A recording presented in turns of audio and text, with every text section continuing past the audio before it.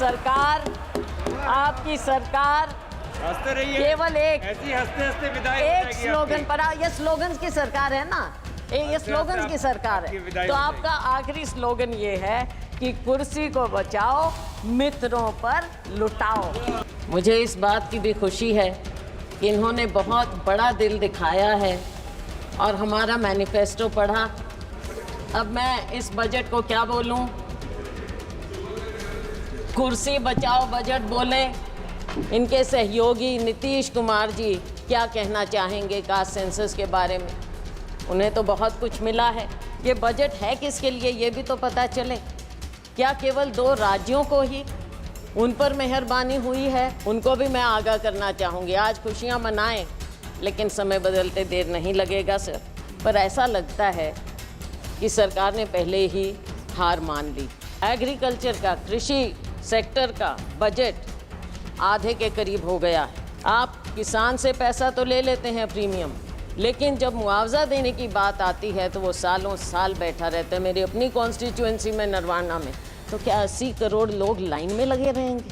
हमेशा गरीब रहेंगे और अमीर अमीर होता जाएगा, जीडीपी बढ़ता जाएगा। किसके लिए? मैं ये याद दिलाना चाहूँगी सत्ता पक्ष को कि आंकड़ों से पेट नहीं भरेगा। गरीब को, युवा को रोज़गार चाहिए।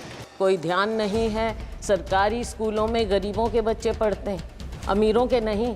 मीडिया में इस कदर दिखाया गया, लेकिन क्या आपने उनसे बात की? और क्या गारंटी है कि एक बार वो आपकी स्कीम का फ़ायदा उठाकर 2-3 महीने में छुट्टी नहीं कर देंगे इन बच्चों की? कुमारी शैलजा जी।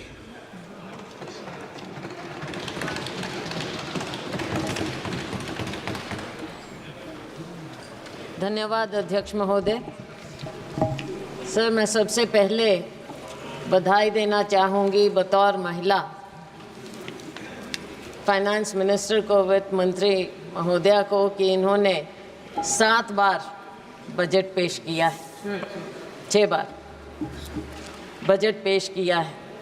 साथ में बतौर कांग्रेस एमपी मुझे इस बात की भी खुशी है कि इन्होंने बहुत बड़ा दिल दिखाया है और हमारा मैनिफेस्टो पढ़ा, जिसे बड़ी मेहनत के साथ हमने तैयार किया।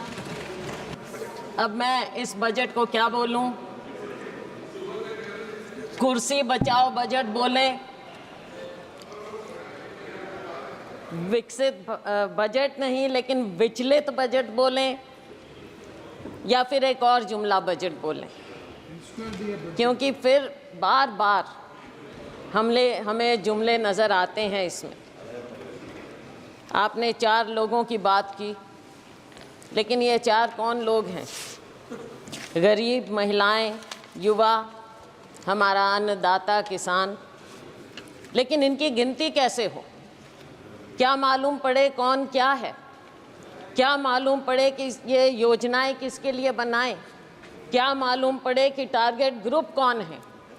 अगर आप कास्ट सेंसस नहीं करेंगे, अगर आप सेंसस को सार्वजनिक नहीं करेंगे, राहुल जी ने, हमारे नेता ने मांग की कि सेंसस किया जाए, कास्ट सेंसस किया जाए, लेकिन ये सरकार चुप्पी साधे।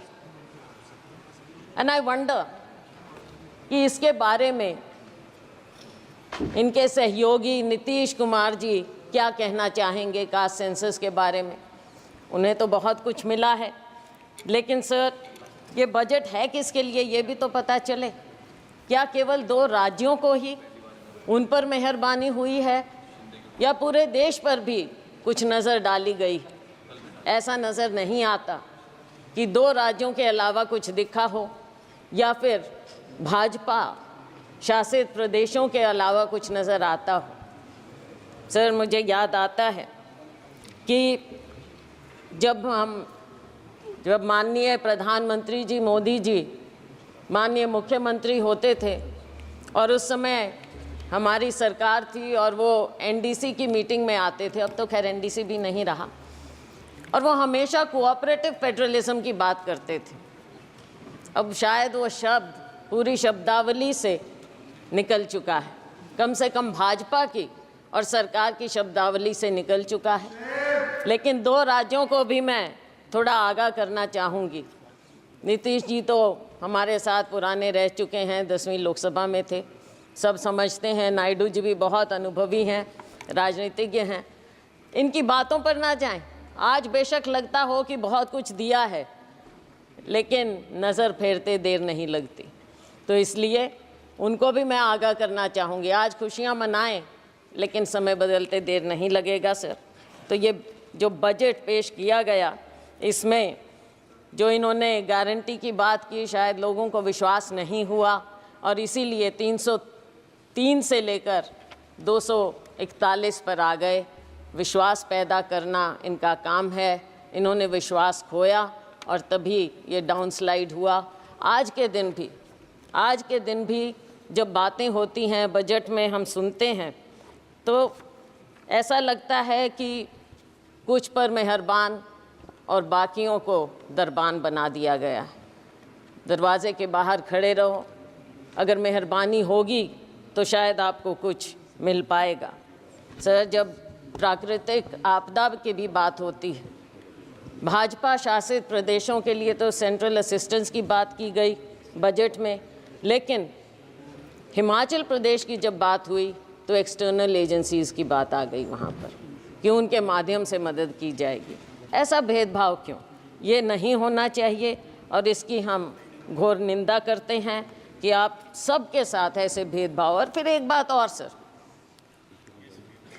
हरियाणा, महाराष्ट्र, झारखंड और शायद जम्मू कश्मीर चुनाव की ओर जा रहे हैं, पर ऐसा लगता है कि सरकार ने पहले ही हार मान ली। इन राज्यों का जिक्र तक नहीं, 3 राज्यों का जिक्र तक नहीं हुआ, कुछ दिया तक नहीं। और दुख इस बात का है कि आज 3 केंद्रीय मंत्री हैं हरियाणा से केंद्र में, एक तो मुख्यमंत्री भी रह चुके, लेकिन हरियाणा को कुछ नहीं मिला। मुझे मालूम नहीं कि अंदरूनी इनकी क्या बातें होती हैं, वो तो खैर सार्वजनिक हो नहीं सकती, लेकिन दुर्भाग्य है मेरे राज्य का, हरियाणा का, कि 3 केंद्रीय मंत्री होने के बाद भी हमें हरियाणा को ये कुछ ना दे पाए हैं और नाम तक लेना मुनासिब नहीं समझा। सर, किसान की बात है, किसान की आय दुगनी करने की बात कही गई। स्वामीनाथन कमेटी रिपोर्ट की बात लागू करने की शुरू में की थी, लेकिन बहुत कन्वीनियंटली आसानी से अब स्वामीनाथन कमेटी रिपोर्ट का नाम तक नहीं लिया जाता है।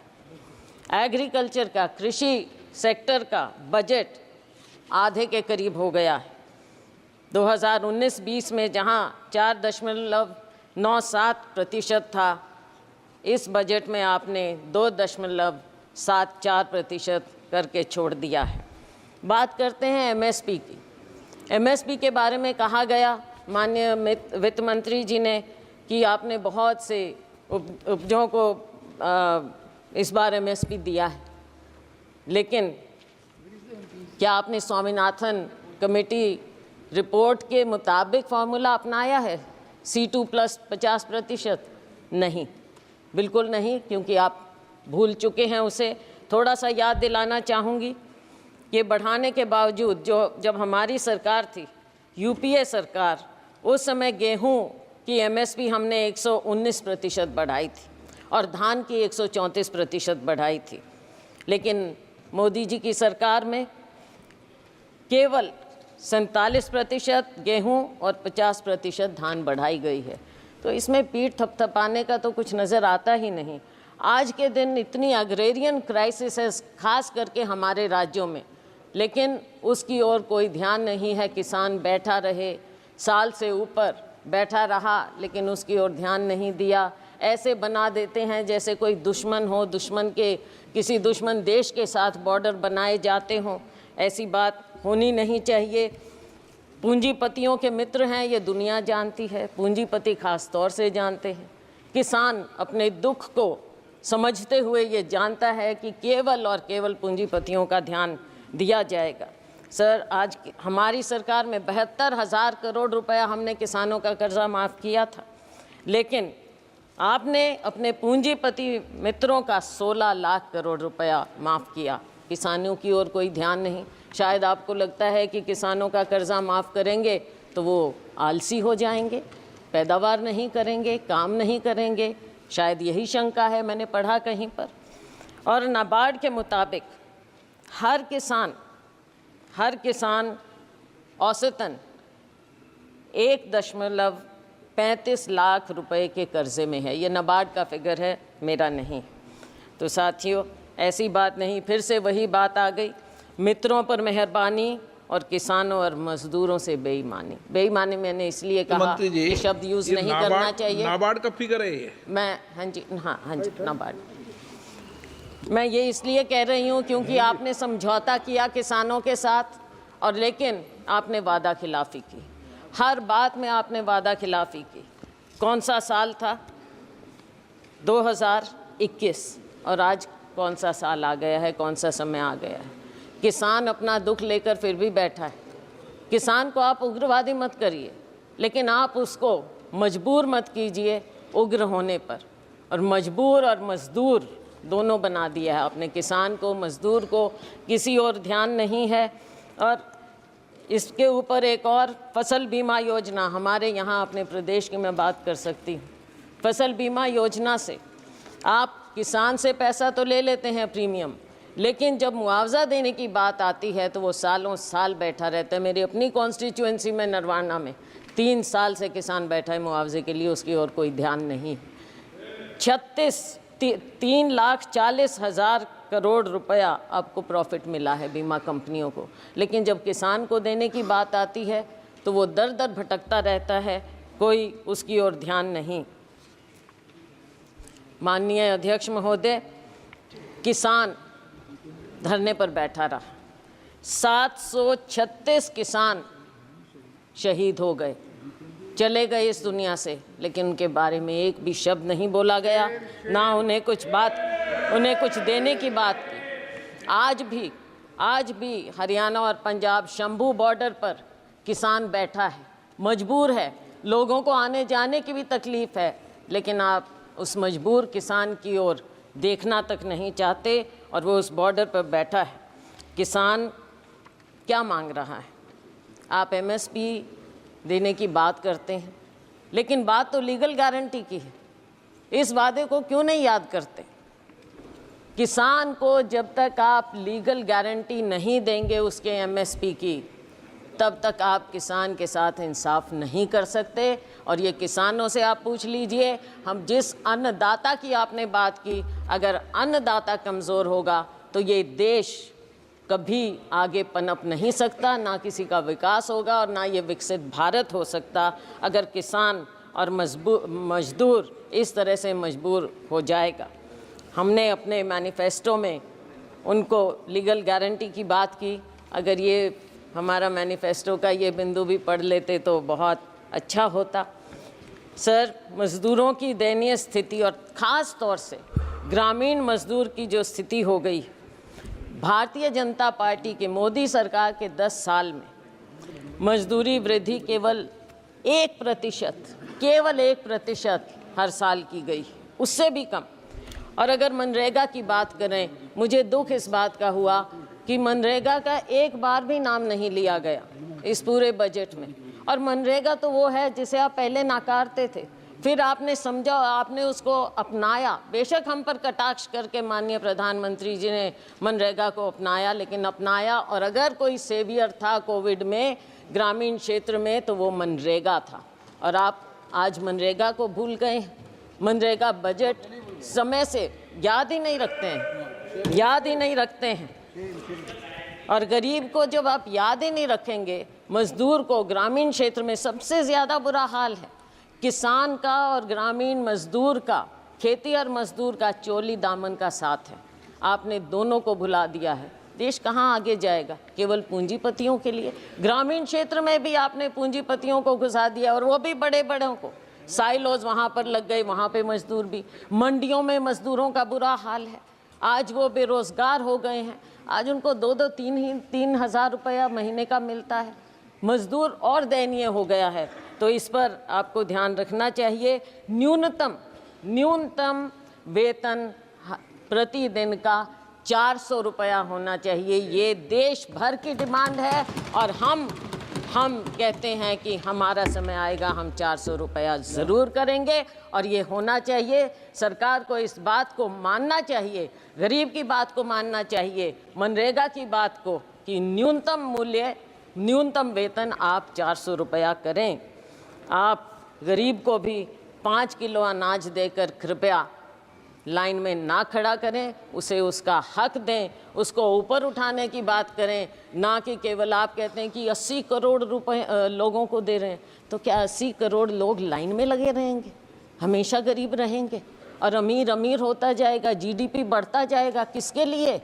केवल आंकड़ों के लिए।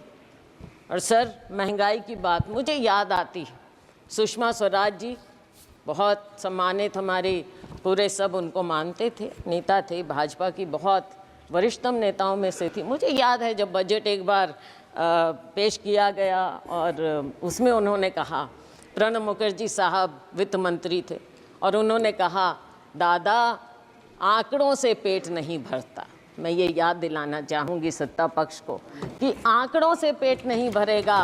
गरीब को, युवा को रोज़गार चाहिए, गरीब को वेतन चाहिए, गरीब को केवल 5 किलो अनाज देकर आप पंक्ति में, आखिरी पंक्ति में खड़ा मत कीजिए। महंगाई पर नियंत्रण लाइए। महंगाई पर नियंत्रण आप क्यों नहीं कर पा रहे हैं? जो ऑयल कंपनीज हैं उनका मुनाफा बढ़ता जाता है, लेकिन क्या आप आम उपभोक्ता को कोई राहत देते हैं? क्या किसान तक कोई राहत पहुंचती है? गरीब तक कोई राहत पहुंचती है? आज इन्फ्लेशन कितना बढ़ता जा रहा है।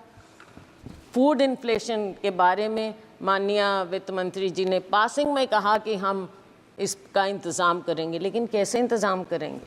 दाल, आपके सब्जियां सब इतनी महंगी होती जा रही हैं। क्या अनाज केवल एक है? केवल अनाज? क्या गरीब आदमी सब्जी या कुछ नहीं खाए, प्याज नहीं खाए, आलू नहीं खाए, कोई सब्जी नहीं खाए, वो उस तक पहुंचता नहीं? पहुंचता है तो कितना महंगा मिलता है। वित्त मंत्री प्याज नहीं खाती है, प्याज नहीं खाती है। चलो वो तो अपने खाने का अलग टेस्ट है, वो कोई बात नहीं, लेकिन गरीब आदमी तो प्याज और आलू खाता है ना, उसको तो कुछ और नहीं मिलता। Oh my God. अच्छा, तो आटे दाल का भाव पता होना चाहिए। और एलपीजी की जो आंसू आपने पहुंचने की बात कही थी, आज आंसू आपको महिलाओं के, बहनों के नज़र नहीं आते। शिक्षा की हम बात करें तो शिक्षा का स्तर जिस कदर गिरता जा रहा है, मेरे अपने राज्य में प्राइमरी स्कूल सैकड़ों की संख्या में बंद होते जा रहे हैं, और लेकिन सरकार का उसकी ओर कोई ध्यान नहीं है। सरकारी स्कूलों में गरीबों के बच्चे पढ़ते हैं, अमीरों के नहीं। हमारे माँ बाप सरकारी स्कूलों में पढ़कर ऊपर आए थे, और उन्हीं के कारण हम आज यहाँ पर खड़े हैं।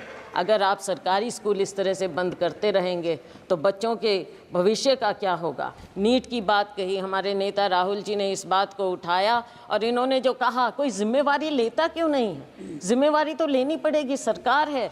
जिम्मेवारी अगर नहीं लेंगे तो देश आपको दिखा देगा, हमारा युवा आपको दिखा देगा। बेरोज़गारी की दर दिन ब दिन बढ़ती जा रही है। ILO के आंकड़ों के मुताबिक 2022 में यूथ की अनएम्प्लॉयमेंट हमारे यहाँ 23% थी, चीन में 13%, पाकिस्तान में 11%, सीरिया जो कि कॉन्फ्लिक्ट जोन है वहाँ पर 22% है। तो हमारे यूथ का ये बदहाली क्यों हो रही है?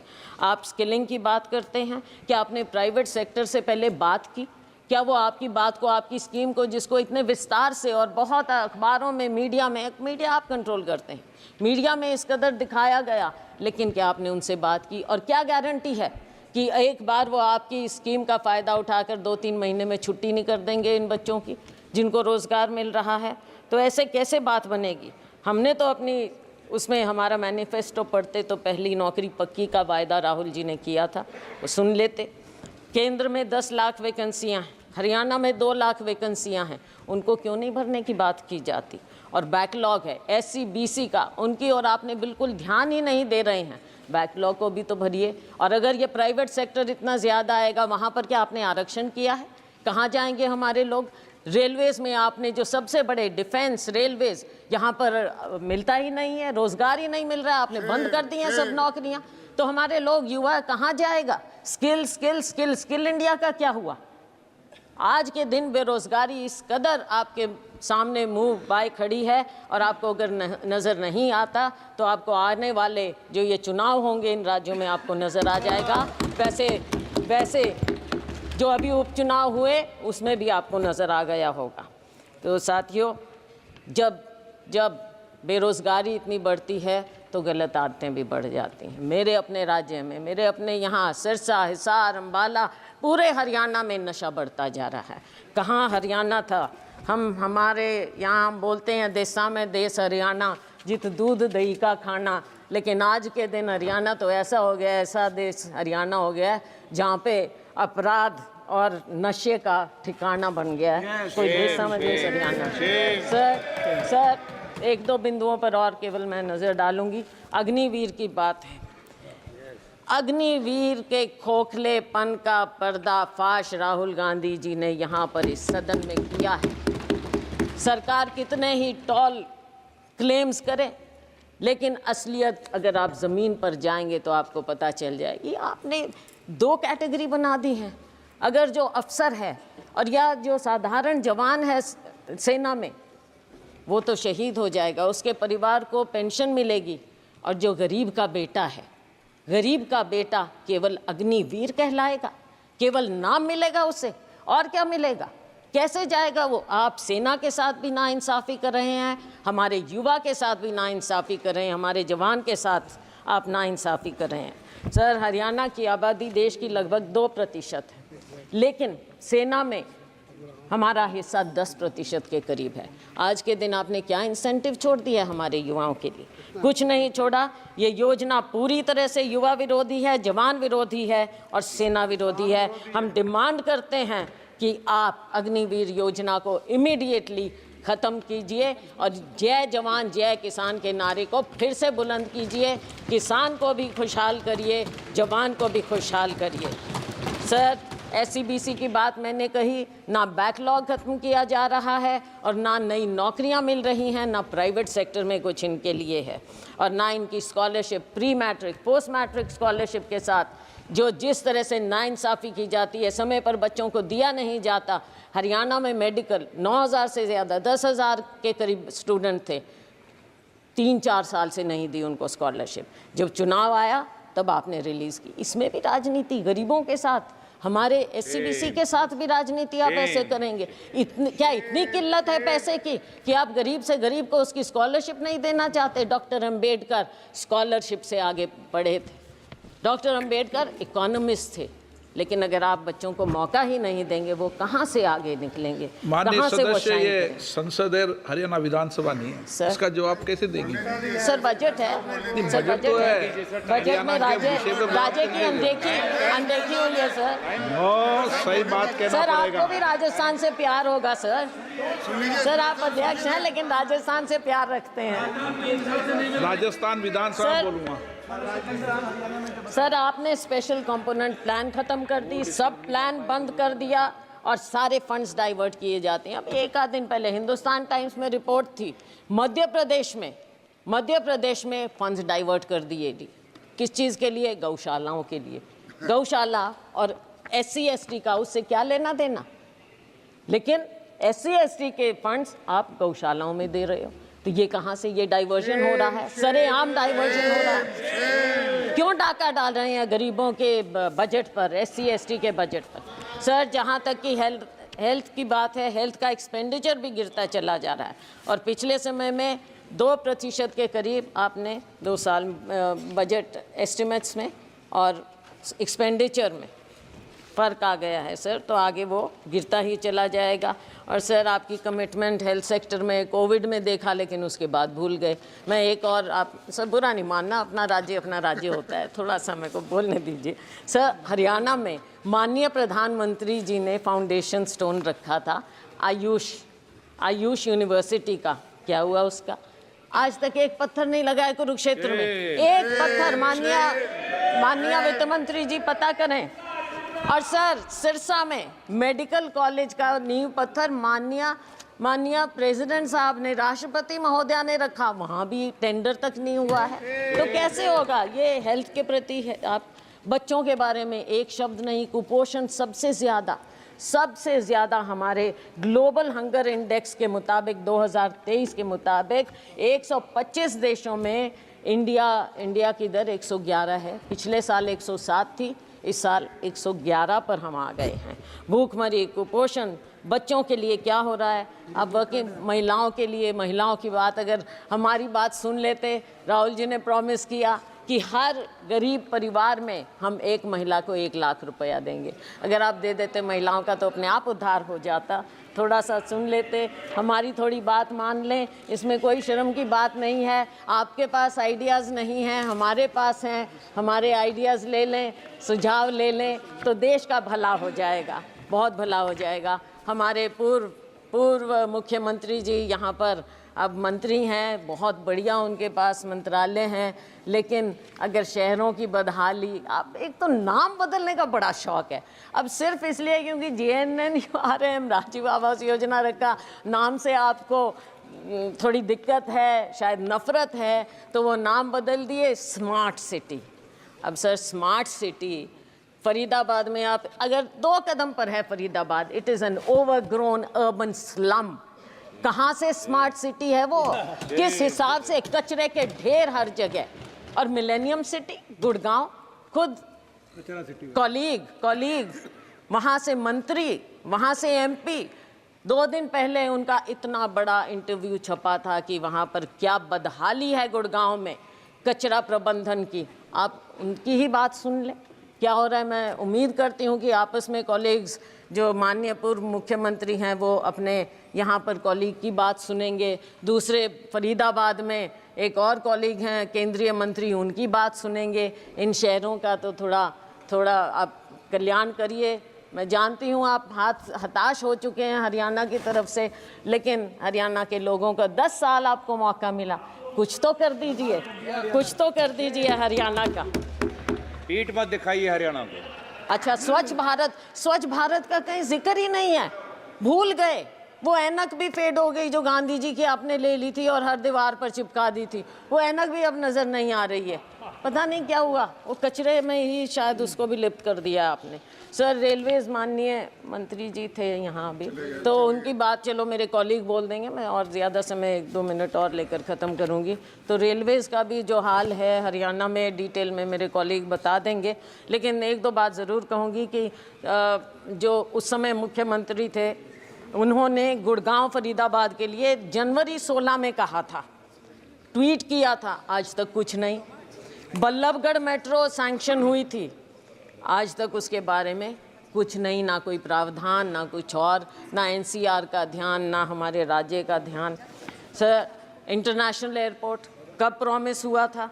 2019 में, लेकिन और 2021 तक कंप्लीट हो जाना चाहिए था हिसार में इंटरनेशनल एयरपोर्ट, उसका कोई जिक्र नहीं, कुछ मालूम नहीं।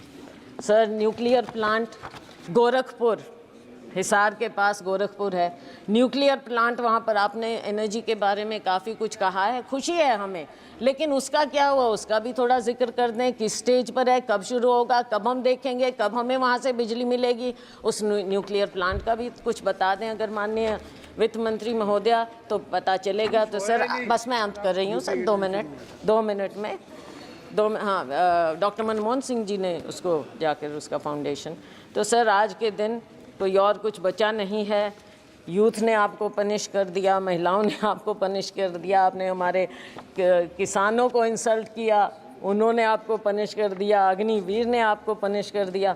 लेकिन सर बहुत दुख की बात है, आप फिर भी नहीं सुन रहे हैं।